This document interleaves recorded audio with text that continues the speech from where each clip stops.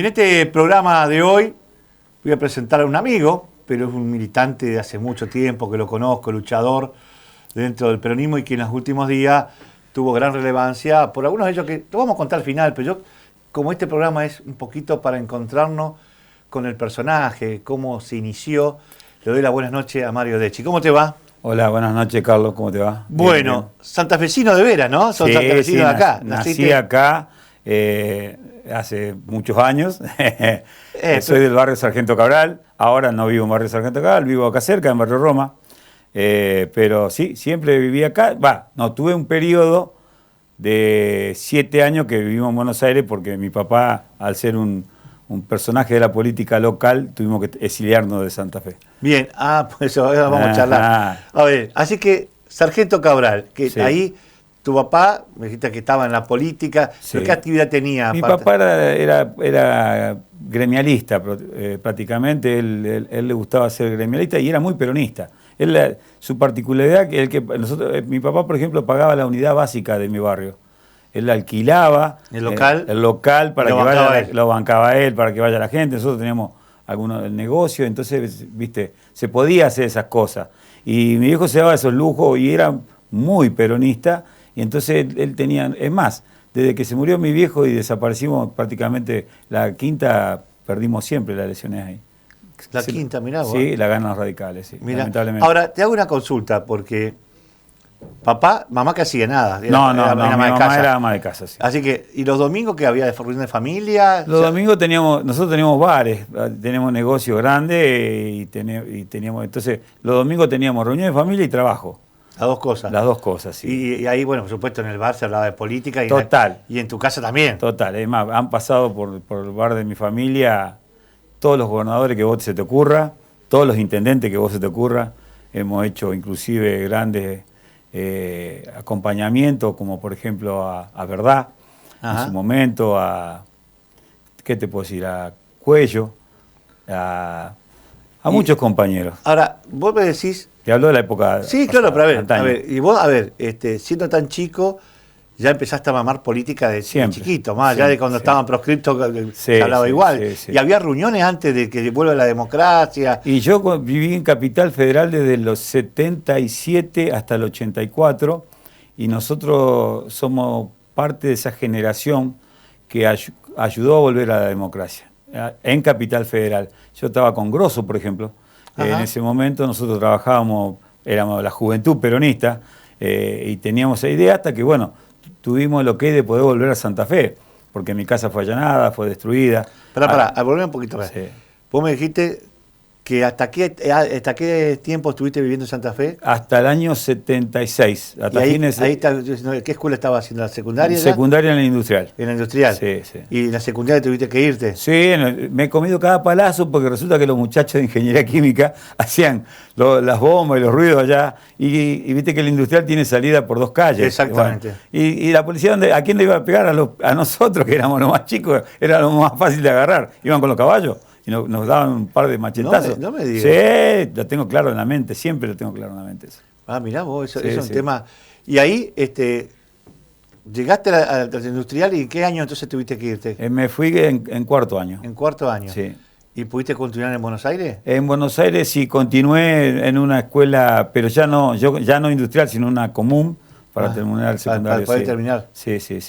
Después hice cursos intensivos de política y ciertas cosas. Y aparte allá teníamos que trabajar bastante porque teníamos que mantenernos.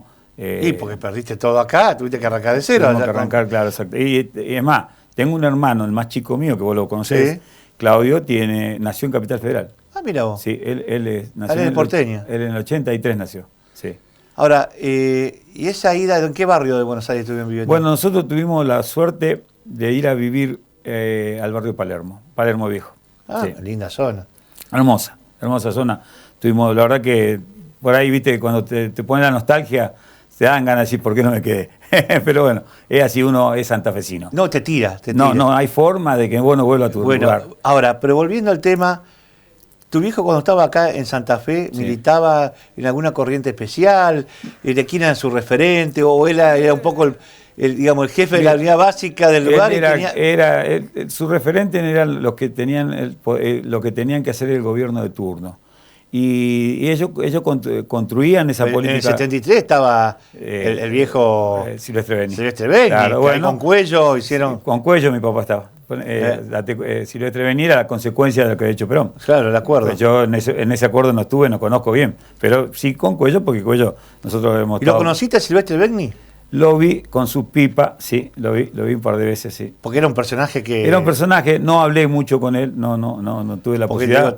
A ver, todo el mundo que lo conoció tenía una personalidad muy especial. Muy especial.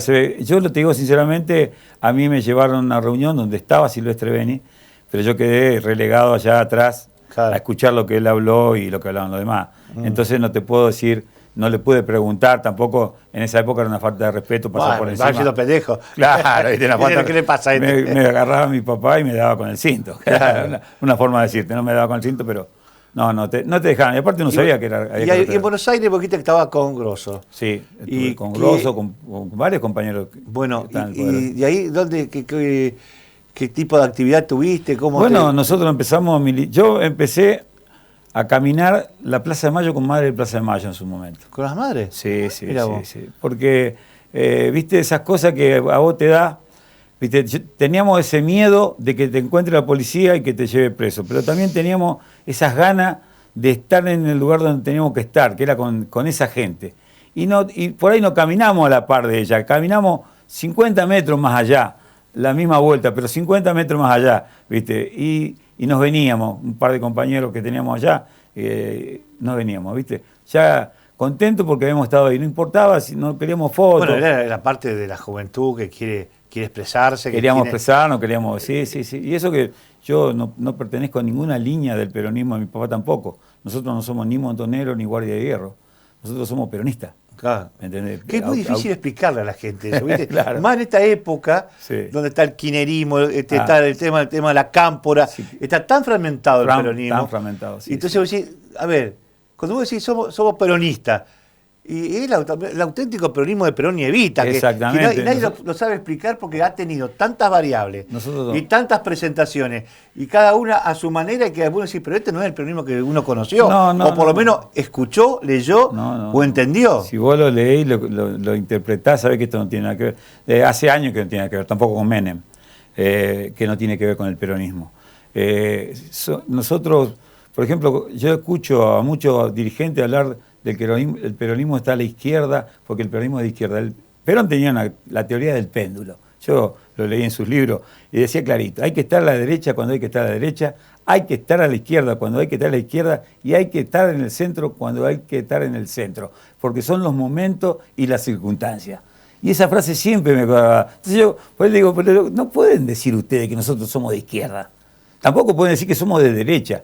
Nosotros tenemos que ser en el momento que estamos. Cuando todo lo que consiguió para los trabajadores fue progresista más que casi nadie de izquierda. Por eso te estoy diciendo. Pero después cuando tuvo que defender el país con las posiciones ante un escenario mundial, fue un poco más de derecha porque había que defender. Era su teoría. Y bueno, por eso te digo, me parece que es cierto, la política es valuable.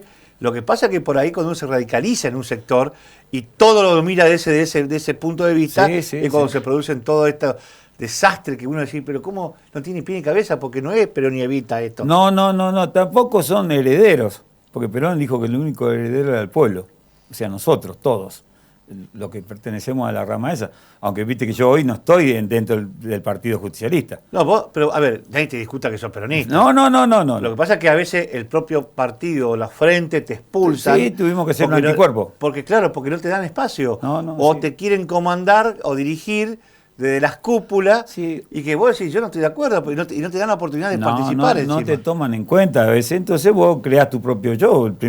La primera vez que me salí del PJ, del pejotismo, le digo yo, fue allá en el 97 con el padre Luis Forinello. Yo creé el Polo Social. Claro, me acuerdo. Bueno, y hemos creado muchas cosas. Después, en el 2002, el Partido País venía en decadencia. Me lo ofertan, Farinello ordena desarmar el polo porque la curia no quería que él hiciera política. nosotros acá como bueno personaje que obedecíamos las órdenes del jefe, que era Luis Farinello, decidimos dar de baja. Y ahí fue donde vi país y lo activé. Y en el 2003 fundé el Frente para la Victoria. Frente para la Victoria. Sí, nacional. Después, nacional. Sí, con Néstor Kirchner. Yo fui uno de los primeros tipos que trajo Néstor Kirchner a esta provincia y me la banqué. Y siempre fui, yo digo, a mí me dicen, vos sos como un monje negro porque vos estás en todas, pero no estás en ninguna foto. No me gustan las fotos. Porque, a ver, es cierto, eso ahora que me estás recordando, yo te vi, el acto ¿cómo es? En la universidad. En la universidad, estaba en Reconquista, en Rosario, lados, por eso te en digo, todos lados me tenía que haber visto, sí. Por eso te digo, Sí. y el hecho de que hayan formado el Frente para la Victoria, que fue también Sí. una forma de separarse de lo que era el peronismo, porque podía haber sido partido justicialista. Y lo que pasa es que lo llevaba Menem. Y el peronismo en el 2003, Duhalde lo proscribe. Ujú. El peronismo, nadie podía usar el sello PJ. Había que armar frentes. Claro. Por eso se armó el de Rodríguez A, Sí. el de Menem y el nuestro. Sí, y a ver, ahora, dame una diferencia. ¿Por qué te cambió? Porque Néstor Kirchner, por lo menos la gente que vio la primera gestión, Ajá. tiene una imagen distinta a lo que fue después. ¿Qué pasó? Yo con Néstor Kirchner me sentía contenido. Él tenía un discurso muy peronista. Él tenía claro su objetivo. Era una persona que no era fácil de arriar, que eso es interesante. Y después, bueno, después no sé por qué hizo esa jugada de dejarla a la mujer, porque yo después me alejé de Néstor Kirchner, porque cuando empezaron a aparecer personajes de mi provincia en Buenos Aires que empezaron a tener espacio de poder, a mí no me gustaron y me fui. Me fui bien, me fui por la puerta grande, no peleé con nadie. Nunca tuve cargos, nunca. A mí Néstor me ofertó un cargo, yo dije que no, porque no me parecía que no estaba, no era un cargo para mi persona, para mi forma de ser, y no lo acepté. Y después, bueno, vi cuando apareció en el 2007 Cristina. Cristina es una mujer totalmente distinta a Néstor, en su forma de ser, de trabajar, de actuar. Y bueno, y después en el 2010 yo estuve con Néstor Kirchner en Buenos Aires. Él tenía una oficina en Puerto Madero. Sí. Nosotros teníamos comunicación, nosotros teníamos legisladores en Mendoza, en Córdoba. Y me llama Néstor después que lo habían operado, ¿te acordás? De corazón. 2 meses después yo estaba en Buenos Aires, estaba en la oficina de Gerardo Contegrán. Llama Néstor y dice, che, ¿qué estás haciendo? ¿Dónde andás? Estoy acá en Buenos Aires. Venite hasta mi oficina que quiero hablar con vos. Santafesino loco, me decía él a mí. Venite acá, Santafesino, que quiero hablar con vos. Dale. Yo le decía Lupina, él, ¿viste? Bueno, Lupín, le digo, ahí voy ahí con el mendocino que era diputado allá. Vamos ahí. Y estuvimos hablando. Me dice, el próximo candidato a presidente voy a ser yo. ¿Vos qué va a hacer? ¿Me va a acompañar o va a jugar la vereda enfrente? ¿Va a ser vos? Le digo, ¿en serio va a ser vos? Sí, voy a ser yo, me dice. Porque creo que en mi tiempo tengo que volver, tengo que acomodar ciertas cosas, me dice. Bueno, si va a ser vos, tenés mi palabra, le di la mano, tenés mi palabra, yo voy a ser parte del Frente para la Victoria con vos, no te haga ningún problema. Me dice, y yo te voy a hacer caso en algunas cosas que vos me dijiste, y claro, y el tiempo ahora te está dando la razón, me dijo, te está dando la razón. Bueno, vos sabés que eso era Voz Populi, que él volvía, por eso tanto se tejieron tantas locuraciones con el tema de la muerte. Sí, es decir, porque la verdad, creo que lo de Cristina, cuando da el paso a la Cámpora, esa incorporación de la Cámpora, creo que destruyó todo lo que se había armado con Néstor, digamos. Sí, y sí, Néstor no pensaba así. Néstor tenía idea de tener su No, pero propio aparte Néstor espacio. tenía otras dos cosas. Porque como un tipo que le gustaba manejar la economía, también tenía, si bien no era economista, tenía una visión tenía global. La libretita y te anotaba todo. Por eso te digo, él tenía una visión global de lo que era la política, la economía, y tenía conducción. Cristina tiene conducción, sí, pero me parece que en la visión de ella está en la antípoda de lo que veía Néstor, porque Néstor lo intentó con la idea de formar la transversalidad, de ampliar el espacio. Néstor tenía una conducción sincera y se ponía a la par tuya. Cristina se te pone arriba. Y eso es lo que a la gente no le gusta. Es un buen dato ese. Eso de que se ponía a la par tuya. Claro, Néstor conmigo, yo cuando fui a Reconquista, me acuerdo en el 2003, en la campaña, lo fuimos a ver al intendente, que no me acuerdo quién era en ese momento, en el 2003, le decimos, mirá que va a venir Néstor Kirchner, fuimos con algunos compañeros allá, venía a andar a recibirlo porque es gobernador de Santa Cruz. No, mire, que venga él acá a la municipalidad. Y bueno, nos fuimos a esperar nosotros al aeropuerto, hicimos un acto en un club que no me acuerdo cómo se llamaba, de Reconquista, y lo llevamos, y no fuimos a verlo al intendente. Porque le digo a Néstor, mira, me parece que no corresponde. Vos sos gobernador, el protocolo del intendente él tiene que recibirte a vos. Exacto. Y no lo quiso recibir. Y después andaba atrás de Néstor Kirchner todo el tiempo.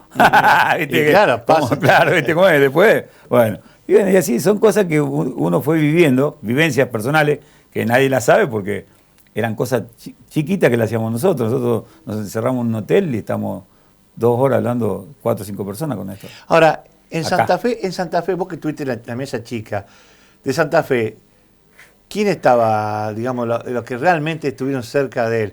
Más allá del pisero de Rosario, que era Martín. Que era el amigo de él. El amigo de él, sí. El amigo Marconato estaba. Marconato, el papá y el hijo. Sí, el hijo más que el papá. El papá sí, nosotros cuando fuimos a hacer un acto grande a las parejas, el papá nos dio una mano muy grande. El hijo andaba también en el esquema que después le pagaron con una diputación nacional, sí. A Gustavo. Y no, estaba Jorge Dubuloy, estaba Jorgito. Sí, Monti. Éramos varios que veníamos de esa idea de siempre de construir, ¿viste? Nosotros de construir política para cambiar la realidad. Nosotros siempre, ¿viste?, tenemos esa idea de construir política para cambiar la realidad. Y bueno, y nos juntamos, en un momento dado estamos todos, en el principio de eso, estamos todos en lugares distintos. Jorge andaba con Rodríguez A, el otro andaba con Carlos Menem. En un momento dado nos juntamos y dijimos, che, loco, esto no va. Vamos a juntarnos porque somos pocos y si nos separamos es malo. Y bueno, terminamos juntándonos y eso sí, cada cual tenía su propio espacio. Nosotros teníamos nuestro espacio, el Gustavo hacía sus cosas y nosotros hacíamos las nuestras. Porque éramos diferentes en ese tipo de cosas, ¿viste? No estábamos juntos. Pero cuando Néstor venía acá, el que nos llamaba a nosotros y nos activaba todo el tiempo era Nicolás.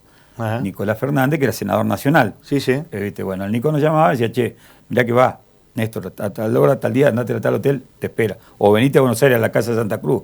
O venite a Buenos Aires, te espera en la casa de Barrio Norte, esa que te muestran en televisión. Es ahí donde, sí. Los chicos chiquititos, nosotros estábamos ahí. Entrábamos a casa, hablábamos con él, porque él nos decía, che, ¿cómo estamos? ¿Cómo vamos? ¿Cómo venimos? Porque nos habían bajado el precio muchísimo. No, a ver, casi, a ver, lo de Menem, que se baja más allá de que, bueno, ya con todo lo que pasó, el esquema quedó muy expuesto, sí. Sabía que se perdía, sí. Pero también, bueno, termina haciendo una elección que se podía haber complicado, porque sí. El 22% no era gran cosa, no era número. Por eso es un gran gobierno, siendo un gobierno débil, de 22%. Bueno, pero tenía esa impronta de conducción y de decir, acá estoy parado. Y acordate que lo primero que hizo fue venir a arreglar los maestros en Entre Ríos. ¿Te acordás que estaban muertos y estaba Montiel de gobernador, creo? Sí. Vino, bajó y trajo la solución. Entonces tenía esa impronta, que era eso lo interesante de un dirigente. Viste que el dirigente tiene que, aún equivocándose, tiene que dar el paso. Porque si vos no das ese paso, estamos complicados. Vos te quedaste acá esperando que la solución te caiga, no te va a caer del cielo. ¿Viste? Y tus asesores por ahí se pueden equivocar por conveniencia o no, qué sé yo. Entonces él daba el paso, aún equivocándose. Eso es lo que me gustaba de Néstor a mí, por ejemplo. Cosa que después no he visto en muchos otros dirigentes. Yo estuve con Scioli en su momento, me fui de Scioli porque no me gustó Scioli, el entorno. Estuve con el último que armé fue el Frente de Todos, con Alberto Fernández, y me fui del Frente de Todos porque para mí el Frente de Todos está fracasando. Yo le dije el otro día a mis compañeros que son diputados de la Ciudad Autónoma de Buenos Aires, diputados nacionales, le digo, amigo, esto ya no es de todos, es de algunos. Ese es el problema, cuando llegan al poder se olvidan por cuál están ahí o por qué llegaron. Pero bueno, volvamos un poco a tu vida. Dale. ¿Cuándo te volviste a Santa Fe? En el año 84, fines del 84. Ya estaba la democracia. Sí, ya estaba la democracia a pleno. Ya estaba de intendente, ¿verdad? Que mi papá se había venido un año antes. Para trabajar por el tema. Sí, mi papá sí. ¿Pero ahí ya estaba metido con el cardosismo o no? Ya estaba medio... Cardoso era amigo, el papá de Cardoso era muy amigo de mi viejo, que fue concejal. Claro. De papá Rubén. Y Cardoso también. Sí, era esa la banda que vos querés saber del peronismo. Porque el cardosismo en Santa Fe tuvo muchos cuadros interesantes. Sí, pero ahí la gente... uno le habla y por ahí, como pasó mucho tiempo, ya se perdieron nombres muy fuertes y que eran realmente cuadros políticos. En cada uno en su área marcaban la diferencia. Claro, sí. Por eso el liderazgo de Cardoso, que la alianza después con Rubeo también se fortaleció en la provincia. Exactamente. Es decir, conocer un poco la política de Santa Fe no es para cualquiera, porque tiene cositas que uno entiende la realidad actual por lo que pasó, pero tenés que conocer la historia. Claro, sí. Y mucha gente habla, y más que todo en este tiempo, que hay muchos colegas que improvisan porque no conocen cómo llegaron los personajes o cómo se construyó la política en Santa Fe y por qué pasó lo que pasó.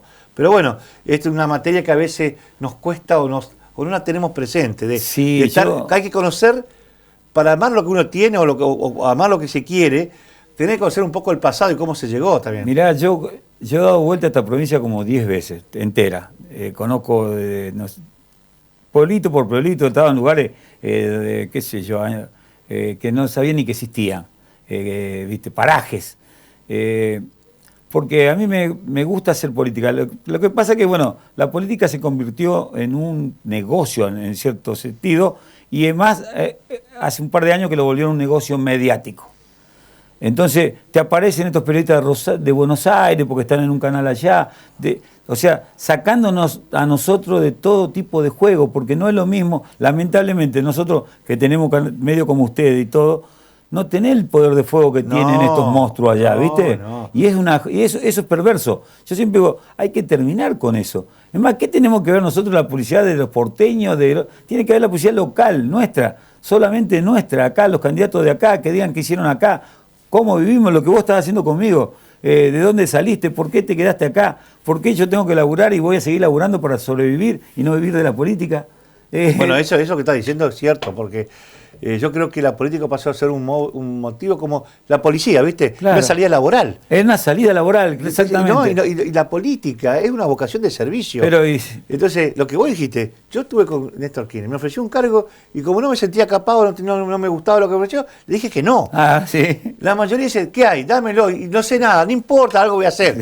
Así nos va. No, y así nos va, bueno, por eso. Así nos va. ¿Viste? Yo tengo mi familia, mis dos hermanos que tengo siempre al lado mío, mis dos hermanos están siempre conmigo, y mi mujer que me acompaña también en estas cosas, es algo, ¿viste?, que te tiene que bancar, te tiene que bancar que vos te vayas. La política, ¿viste?, tiene su tiempo, vos sabés cómo es complicado, y yo digo que es la forma mayor de perder tiempo, pero es necesaria, porque tenés que, y sobre todo, como decís vos, en la recorrida, que te va a un pueblito, una tapera de un dirigente que vive humildemente, pero es líder. Sí. Tenés que comer el chipá o tenés que ir a comer la mazamorra que preparó la mujer. Y después tenés que ir a sentarte a comer caviar en Puerto Madero porque tenés que hacer la rosca superior. Es decir, tenés que ser flexible y tenés que estar en todos lados con la cabeza puesta en el contorno que te toca vivir. Y tenés esa amplitud, no es para cualquiera. No, tenés que vivir la realidad de ahí, del lugar, del momento. Y escuchar la necesidad. Néstor tenía algo que yo lo aprendí de él a eso, es escuchar la realidad del lugar. Néstor cuando llegaba a Santa Fe me decía a nosotros siempre, che, ¿qué hay acá? ¿Qué pasa en Rafaela, por ejemplo? ¿Qué pasa en San Javier? ¿Qué pasa en Reconquista? ¿Qué pasa en Avellaneda? ¿Qué pasa en Villa Ocampo? ¿Qué pasa en Villa Galvez? Y vos le tenías que dar un panorama de lo que pasaba y de lo que hacía falta. Y entonces el tipo ya salía con la impronta de lo que hacía falta en el panorama que él sabía. Y eso a la gente le gustaba, porque él estaba hablando como parte, que es lo que yo hago. Yo lo escucho a todos, porque a mí me gusta escuchar, saber, porque no es lo mismo tener 5 Villa Miseria en Rafaela que tener 50 acá en Santa Fe. No es lo mismo tener, ¿viste? Y allá tenés gente que tiene otra necesidad. Por eso digo, conocer la realidad. Es la realidad. Y conocer las soluciones, porque encima después las soluciones. Porque nos quejamos. A ver, yo siempre digo, se queja Santa Fe, se queja Rosario, y con justa razón, de los bolsones de pobreza que vienen desde el norte de la provincia a instalarse en los cordones, en la zona oeste de Santa Fe y Rosario. ¿Pero por qué? ¿Por qué no le estamos dando oportunidad ya? No le damos, si los gobiernos pensarían que el tipo tiene conectividad, que tiene la posibilidad que una empresa se instale allá porque tiene camino para llegar, tiene conectividad de internet, porque hoy la conectividad te pone en cualquier parte del mundo. No necesitas estar viviendo en Buenos Aires. Si vos vivís acá y tenés buena conectividad, podés hacer lo mismo que está haciendo en Buenos Aires. Podés venderles a China, a Japón, donde vos quieras, como si vos con conectividad es todo. Bueno, Entonces vos tenés que conocer la realidad de cada lugar. Exacto. Entonces si vos estás, qué sé yo, en un pueblo como Pozo Borrado, dale pavimento que no tiene pavimento. O andá a San Cristóbal, y dale conectividad. Dale agua. Y dale conectividad, claro. Bueno, entonces, hacer esfuerzo en eso. Entonces la gente se te queda y hasta algunos se van a animar por una empresa, porque los costos son más baratos. Pero aparte, si no, generar promoción industrial para los locales. Si no es de esa localidad, capaz que al lado tenés, qué sé yo, un Sancor, una empresa esa grande, perdón que nombré la marca. No hay problema. Pero tenés algo de eso que puede trasladarse hasta ahí. Y armar algo que, no sé,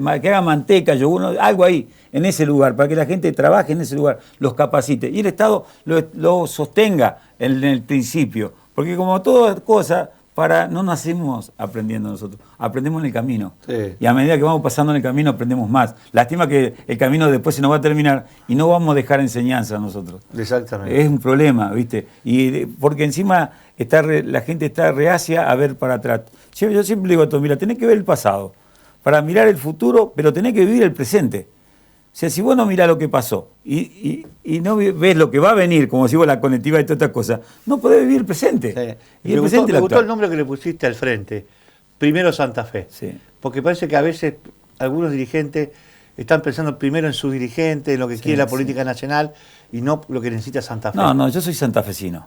A ver, si hay algo que tengo, te lo dije siempre, soy de acá, voy a armar frente con nombres raros, todo lo que vos quieras. Pero yo soy santafesino. El nombre Primero Santa Fe fue un nombre que se consensuó con el MIT y con la democracia cristiana. O sea, bueno, hay el MIT. Qué mejor el desarrollismo, lo que pasó en el país. Y la democracia cristiana que también le pone otro marco. Por eso. Es un buen frente con valores que también está faltando a la política. Claro, ¿no? La política necesita también, pues digo, hay que terminar ya con esto de traer gente de estas internas abiertas y simultáneas. Me parece que porque cada partido tendría que elegir sus propios candidatos. Es destructivo, lo dije siempre. Siempre dije que las internas abiertas vinieron a destruir los partidos políticos. Primero, porque los poderosos de turno, que son el gobierno, tienen la capacidad para comprar votos, aunque de alguna forma o de otra. Y también tienen capacidad inclusive para meterte en una interna vos, en tu interna, y hacerte perder. Sí. Y te ponen un piso encima. Encima, vos tenés 10.000 afiliados en un partido y resulta ser que tenés el piso del 1.5%, tenés que sacar 30, 40.000 votos. ¿Por qué? Exacto. ¿Entendés? ¿Por qué yo tengo un piso si nosotros no tenemos un piso? Bueno, por eso te digo, me parece que hay que revisar ese tema. Hay que revisar eso, sí. Eso y la justicia, ¿eh? Por supuesto. Bueno, principalmente no me hablé del tema de la justicia. Mario, la verdad, queda abierta la puerta para una segunda etapa, porque para cuando vos quieras. Hay muchas cosas para seguir charlando, así que te agradezco muchísimo. No, por favor. Yo soy un agradecido que me hayas preguntado cosas de mi vida que mucha gente no sabe. Mucha gente sí sabe porque me conoce, sí, pero el común no. De donde vos vas a llegar con tu programa no me conoce. Yo soy así. Yo soy sincero, no tengo problema. Mi teléfono está en mis redes, no tienen problema en localizarme. Me pueden decir lo que quieran. A mí, hasta un insulto, yo lo puedo intentar comprender, porque por algo viene el insulto, ¿viste? Entonces, a mí lo que me interesa es que la gente piense que el 14 tiene que elegir y que no se equivoque de nuevo. Exacto. Gracias por haber venido. Gracias a vos. Sinmordaza.com, otra mirada de la información en un clic, toda la información de la provincia. Santa Fe en un solo portal. Sinmordaza.com, otra mirada de la información. Cadena cambia tu vida. Cadena tu amiga fiel.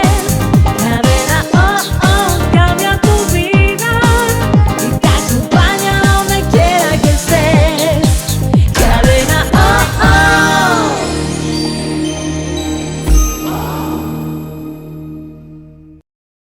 Sin Mordaza, periodismo independiente. Sin Mordaza, el periódico con mayor penetración en la provincia de Santa Fe. Sin Mordaza, el poder de la gente. Bueno, y hoy tengo el orgullo de presentarlo, un amigo de hace muchos años que nos conocemos, pero todos lo conocen, qué sé yo, como diputado, como vicegobernador, como defensor del pueblo, pero ¿cuáles son sus orígenes? ¿Cuáles fueron sus primeros pasos en esta vida de la política y de funcionario provincial. Le doy las buenas noches a Jorge Gen. ¿Cómo te va? ¿Qué tal? ¿Cómo andás? Un gusto, Carlos. La verdad que esto es como en el programa de Jay Mamón, que todos los famosos quieren ir. Bueno. Yo lo miraba y yo decía, algún día tengo que estar. Yo quiero estar. Me parece nunca muy te bueno. dije nada. Bueno, pero viste que uno va buscando personajes, porque uno quiere ir desde la cultura, de la política, de los políticos también, digamos, todos que puedan contarnos algo para que la gente... Porque a veces uno aparece en la escena de los medios y nadie conoce la historia, o cómo llegaron, cómo fue forjando ese camino hasta ocupar ese lugar, ya sea en lo artístico o en lo político.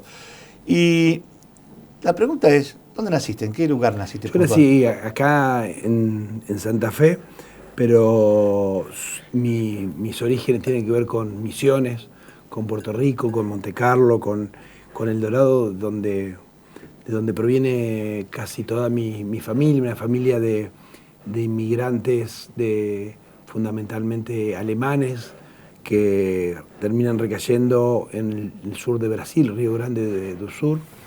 Y de ahí, bueno, el abuelo Gem, con 6 hijos varones, ponen una fábrica de maderas terciadas. Ajá. Y bueno, y todo es una típica empresa de familia que todavía sigue funcionando, que el único que no sabe diferenciar un Guatamú de un Peterbic soy yo. Después todos los primos, todos están, yo tengo 17 primos, de alguna forma están involucrados con la empresa. Y lo mío fue otra cosa, Ya vamos a llegar cómo llegaste, pero me estás contando, el origen de Gen, ¿qué origen tiene? Es alemán. Alemán.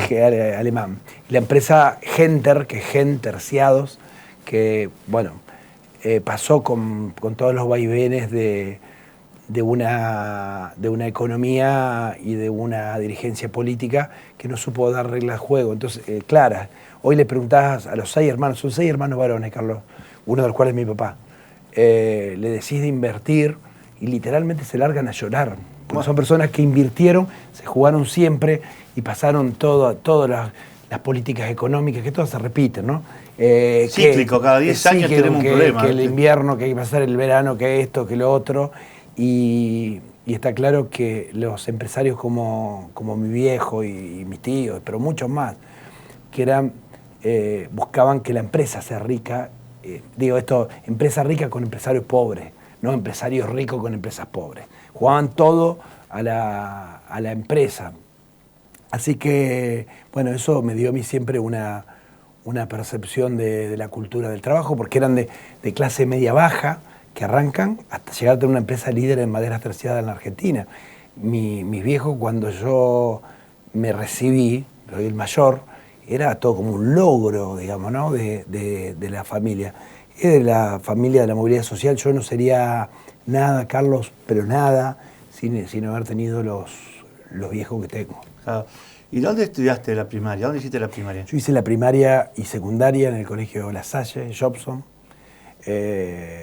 Una escuela que me ha dejado una gran cantidad de amigos y también Sí, una institución, a ver, señera, pero aparte con mucho peso en Santa Fe. Sí, con mucho peso. Una escuela, un colegio que tiene toda una tradición de hace mucho tiempo y que, reitero, me ha dejado buenos recuerdos de los profesores y profesoras. Era en otro tiempo, era el tiempo donde vos no se te ocurría decirle a tu vieja, mira mamá, retala a la maestra porque no era lo peor que te podía pasar. Claro, Pasaba que mi vieja era una persona que iba al colegio a hablar con el profesor y le decían a Jorge exíjanle más porque Jorge tiene todo. Yo soy una persona que agradezco la vida porque tuve una familia espectacular que siempre me contuvo, reglas de juego. Mi mamá era una persona muy, muy exigente, una persona que cuando miraba uno le daba cosa. Y en la escuela uno tenía que andar bien. Y yo me sacaba un 7.50 o un 8 y me decía, vos podés más. Claro. Vos podés más porque vos tenés todo para hacer. Hoy pareciera ser al revés, pero era así. Eso de decirle a mi vieja, si iba a profesor iba a decirle lo contrario. Y nunca se me hubiera ocurrido, pero ni por casualidad, decirle, che, mamá, anda a decirle al profesor porque la iba a pasar mal. Claro. Ahora, terminaste la secundaria ¿Y ya empezaste a un poco a ver el tema de la política o ya estaba, o no, todavía no era el momento? No, yo termino la primaria en el 81, es decir, que empiezo la secundaria con todo el renacer de la democracia.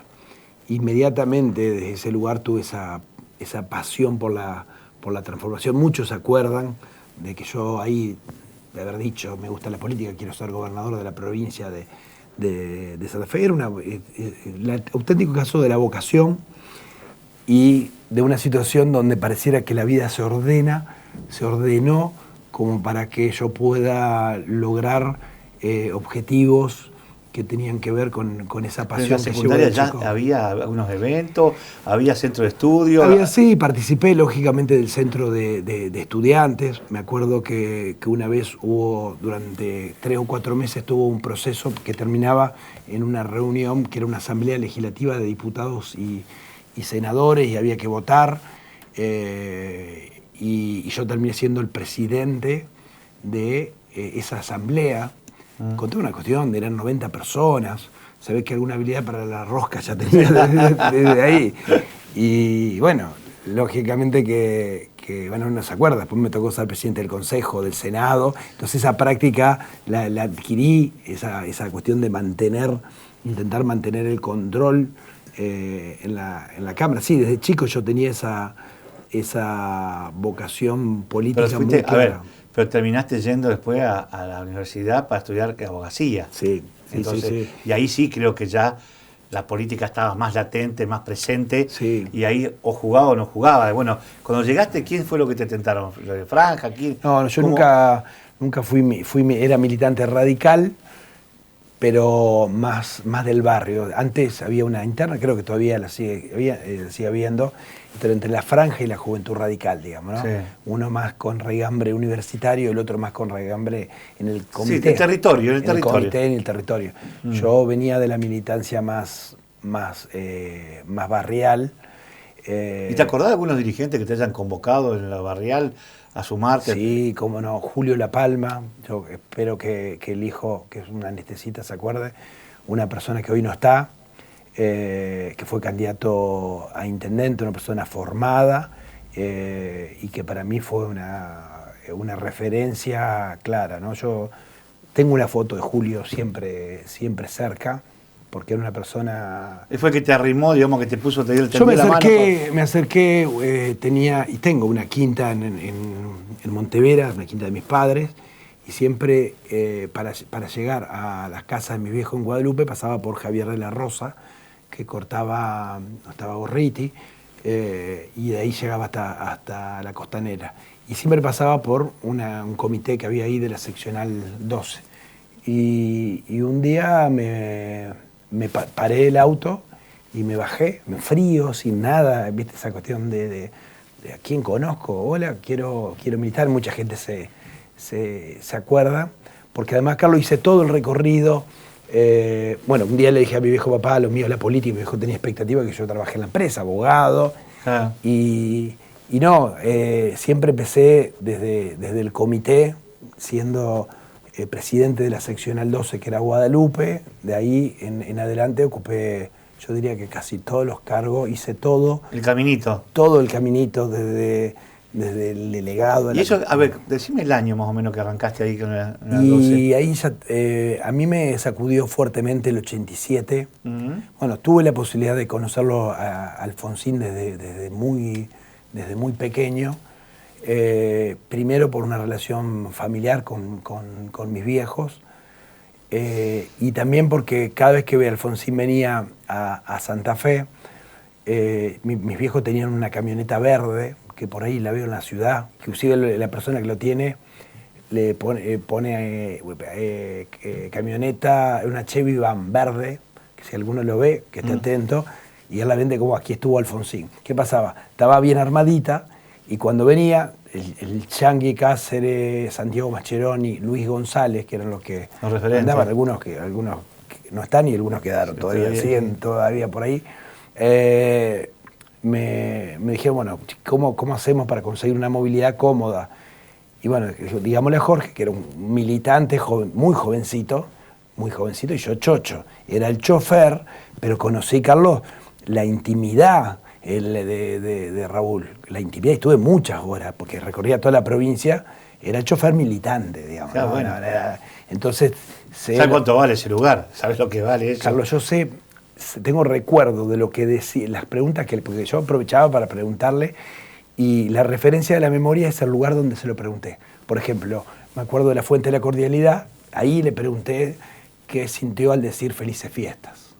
¿Te acordás? Ese famoso discurso que él me dijo, hay cosas que en este momento la sociedad no me va a entender, y que después sí. Y yo en ese momento hay cosas que no entendía, de arreglos, porque uno es joven y me va a decir, no, que vaya y que juzgue. Y vos y después me tocó estar en el gobierno. Y el otro lado del mostrador. La medís. Claro. Porque además vos tenés que vos tenés que tener convicciones, pero también tenés que tener la responsabilidad necesaria para hacerte cargo de tu propia decisión. Tiene que ser sustentable. Yo digo, no le voy a pagar a los colectiveros, soy intendente de la ciudad.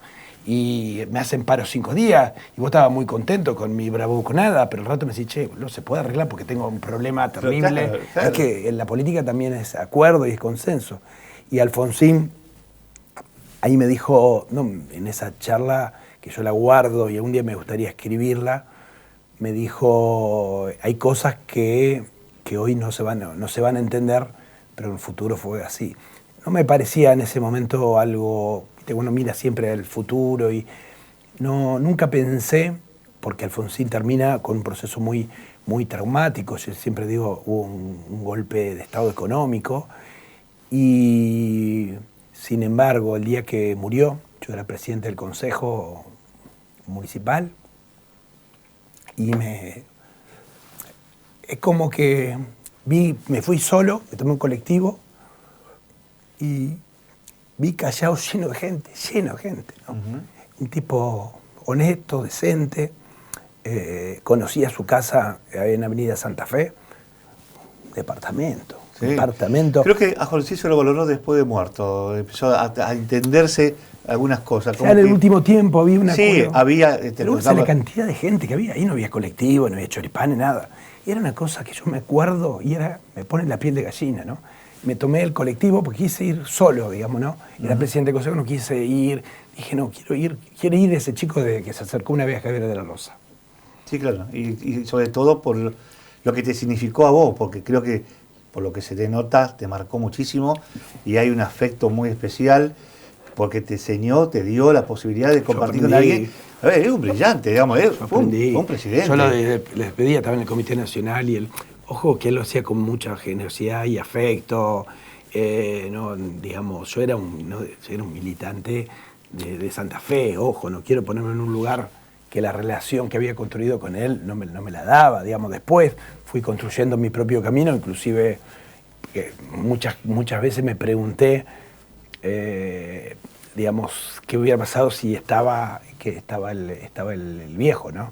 Es una persona que siempre digo, yo hoy estoy cumpliendo una función de la Defensoría del Pueblo que honro, y entonces evito hacer manifestaciones que me metan en un lugar que sí, que tiene que ver con la política. Con la política, ¿no? Pero sí digo que haber tenido una referencia como Raúl Alfonsín compromete, porque ha sido una persona que era reconocida desde lo ético, aparte un hombre bien, un tipo que íbamos a comer y pedía un plato de pasta sin salsa, tipo sencillo. Y yo tuve esa posibilidad de escuchar, ver, por ejemplo, salir después de un acto, con lo que implicaba el tipo brillante, nosotros vamos a Constituir, y salir después, y yo tenía que salir un ratito antes, y se subía a la camioneta, y era una exhalación, y esa parte que no la ve, que es después de sale la cortina, claro, sí. del otro lado, y qué tal, gustó, ¿no? Ese cambio de clima de una cuestión muy fuerte, muy arriba, y bajar de vuelta y poder hacer un comentario, ir a tomar un café al hotel, un hotel que todavía, bueno, los hoteles, decía el más sencillo, cama limpia y baño limpio. Nada más, nada de lujo. No, Ahora, ¿y cuándo, digamos, estuviste en el comité, digamos, barrial, digamos, en lo que es la básica, no básica para los peronistas, pero sí en el comité para ustedes, los radicales? ¿Cuándo se te ofrece la posibilidad de ser candidato a concejal? ¿En qué momento? ¿Cuándo ocurre eso? Yo en ese momento, la gente no entiende, bueno, digamos, elegí abrazar a la política, pero no por el cargo, porque no había cargo, uno militaba. Pero en esa época había interna, había... Claro, ustedes, lo que quiero decir que decidiste estar en algún sector porque para llegar a un cargo tenía que estar en interna. Exactamente, lo que digo es que no hay, o sea, yo era ya abogado, era abogado, trabajaba en mi profesión, en mis horas que me quedaban, hacía política, iba a la seccional 2, era presidente de Guadalupe, los radicales de Guadalupe, siendo muy chico, había sido presidente de la Unión Cívica Radical de Guadalupe, en el tiempo que me quedaba del estudio, de algunas cosas que laburaba con mi viejo. Y bueno, y un día me llamaron, Leonardo Simonielo, para decirme, che, venite al consejo. En el consejo es donde todavía pasa, es donde se cocina las cosas, digamos, el consejo de diputados, pero yo era un espacio más para trabajar como asesor. Yo era abogado, yo hice un máster en asesoramiento jurídico de empresas. Mi tema es el concurso, la quiebra. Estuve trabajando en un estudio muy conocido de Santa Fe. Y ahí empezó,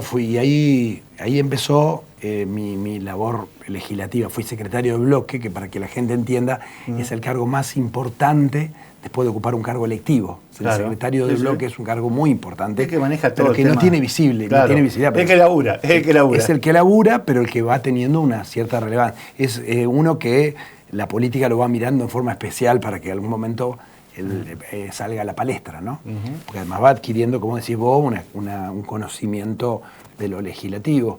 Y bueno, y de ahí en el año 2001 soy candidato a concejal. Y no, contame eso, porque para ser candidato tuviste que fue una interna, con qué espacio, porque cómo estaban las peleas. Contame la cocina cortita, rápida. Sí. ¿Quién estuvo en la vereda enfrente? No, ahí estábamos. ¿O fue lista de unidad? Iparraguirre, no. Nosotros teníamos una histórica interna con la franja. Exacto. Sí. Siempre, digamos, ¿no? Con la franja morada. En ese momento, estaba Iparraguirre, estaba Simonielo, Palo Oliver, y se decide que yo soy candidato y vamos a una interna con Marta Facino. Ajá. Marta Facino integraba la construcción. Ya en ese momento ya hablábamos del Frente Progresista, ¿no? Pero era casi una locura, decir, nadie entendía bien qué era esto, ¿no? Y empezamos ahí a armar el Frente Progresista con Marta Facino y enfrentamos ni nada más ni nada menos que a Boscaroli y a González Riaño, dos concejales que eran de Fuste en ese momento, y ganamos la interna. Y después, si bien en ese momento no ganamos, yo entro como concejal. A los 4 años, Carlos, tengo la suerte de también por una interna, ganar la interna a la universidad y en ese caso al socialismo, encabezar una lista de concejales que ganara la ciudad de Santa Fe por primera vez, y que fuera la antesala después de todo el proceso que vino con el Frente Progresista.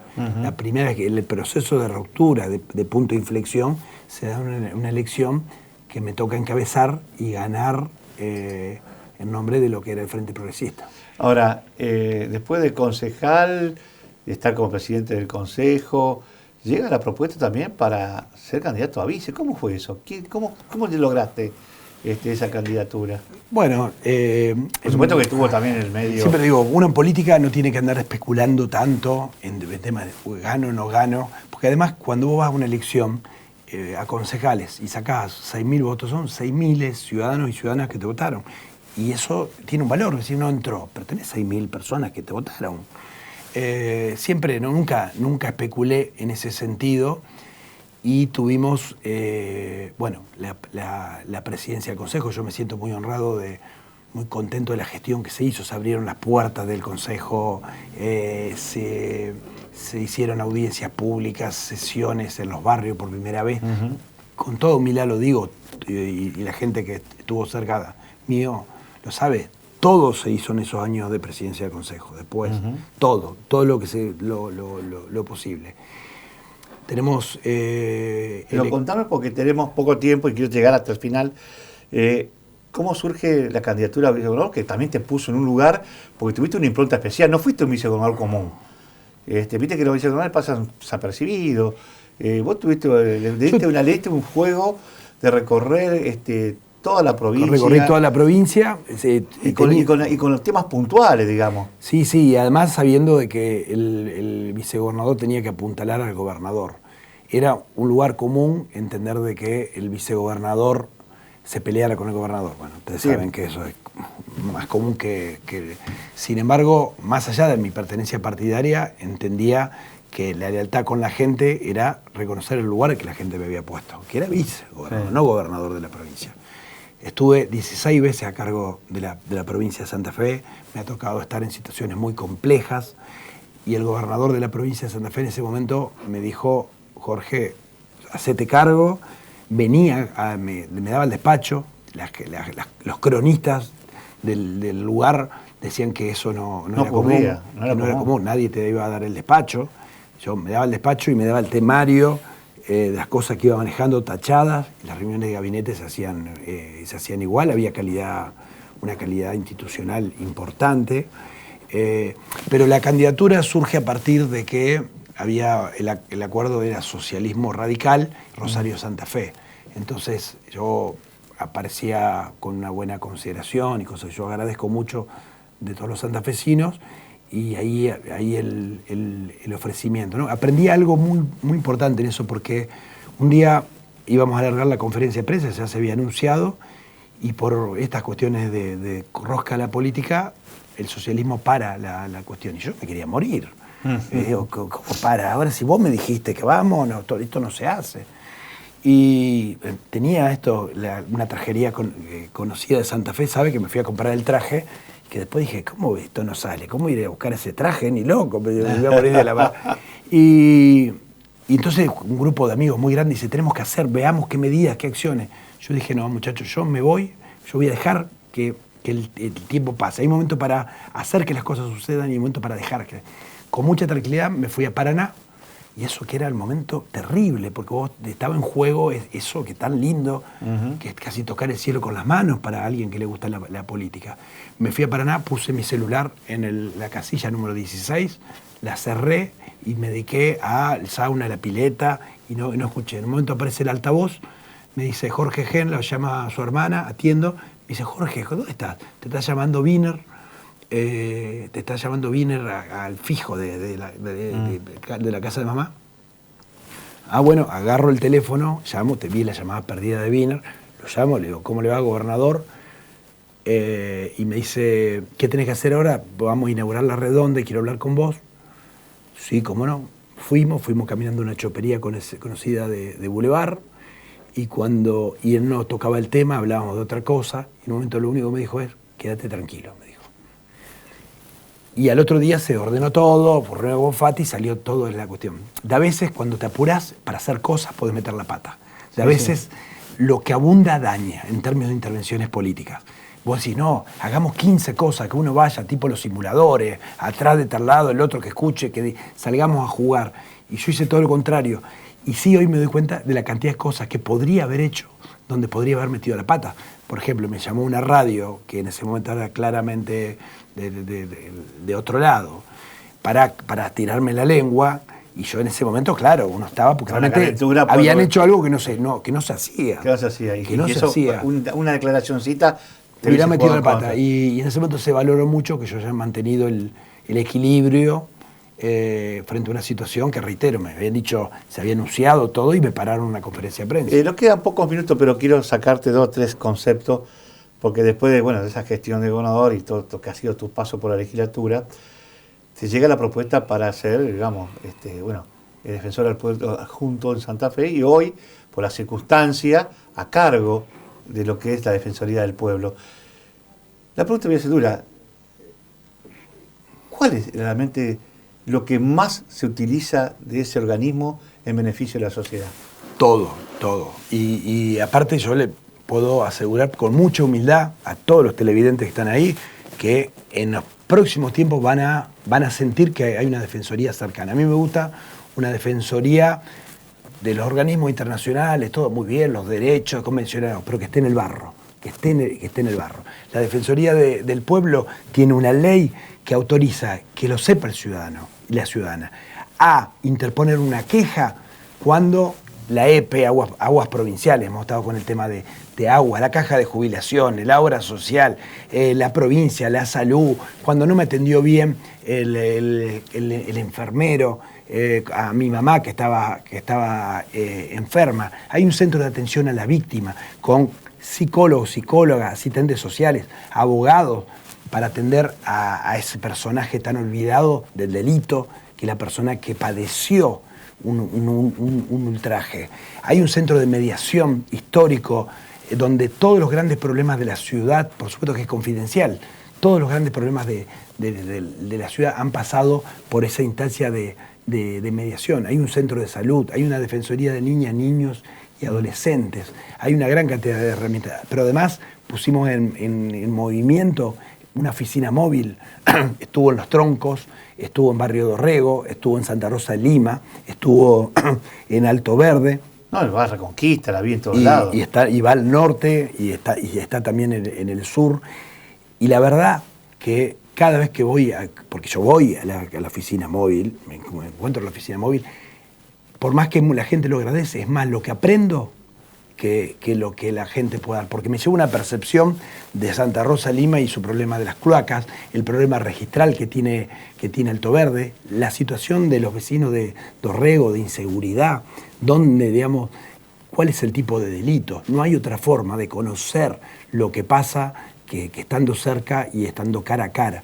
Y la Defensoría del Pueblo hoy es un espacio con una cantidad de hombres y mujeres que permiten desarrollar esa tarea. Por eso el compromiso ahora desde este lugar de estar a cargo de la Defensoría es acercar la institución a la gente y comprometerme que cuando llega un reclamo a la Defensoría del Pueblo, seguirlo personalmente, porque los intereses del Estado no siempre son los intereses de la gente. Y los intereses del Estado se protegen. Los intereses de la gente no siempre. Lo que, para cerrar, porque ya se nos dio el tiempo, primero agradecerte y va a quedar abierto para una segunda charla. Dale, gracias. Es el compromiso que se empieza a divulgar un poquito más de para qué sirve la Defensoría del Pueblo. Me parece que a la gente todavía le falta mayor información. Vamos a trabajar fuertemente para eso. Gracias. No, gracias a vos.